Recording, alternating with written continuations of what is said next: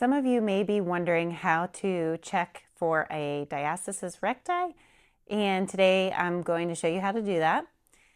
So first of all, a diastasis recti is when the rectus abdominis, you have one on either side here, and you can think of those as your six-pack muscles.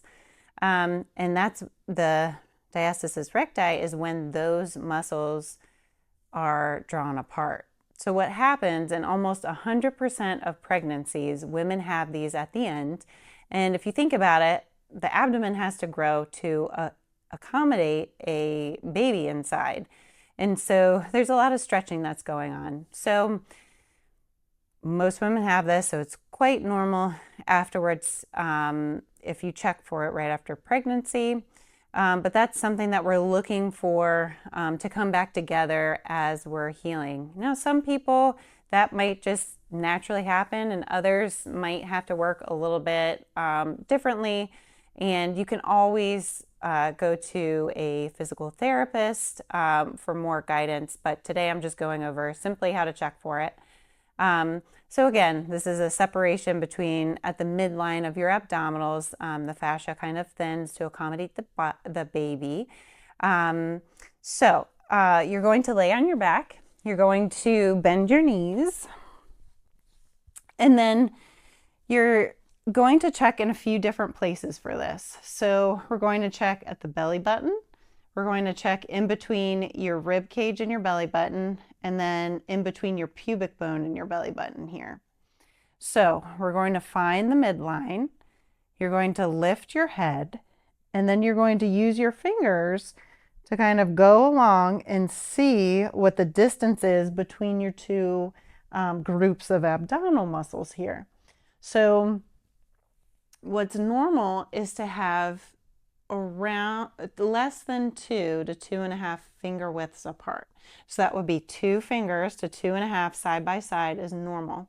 And everybody's normal is different. So it might be a little bit wider for some, it might be a little bit narrower, but again, lower than 2 to 2.5 is normal. So you can go ahead, you're going to take your fingers and go along. So you can check right above the belly button. You can check kind of at that halfway point, and then you can come down low and check. I like to kind of go along when I have patients and check just what does the whole midline look like. So that's the first measurement. The second one is going to be the depth of the, how far your fingers go down. So as I'm coming here, you're looking for a springy, firmish feel. You don't necessarily want squishiness. So I have a little bit of squishiness here. And as I come down, it's kind of like at a half finger to a finger. And so you're going to measure based upon the segments of your finger here. So, you can measure it based upon the joints there. Does it go down 1, 2? Be gentle with this. Don't forcefully press into your abdomen if it's going a little bit further.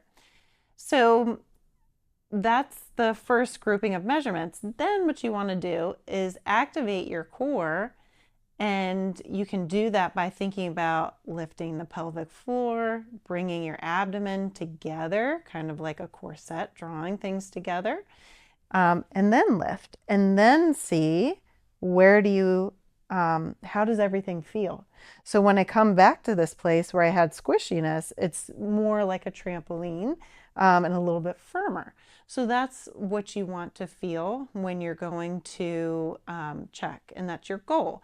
And there's so much around that with training and what you should be looking for as you're progressing your exercises, but today I'm simply just showing you how to check for it.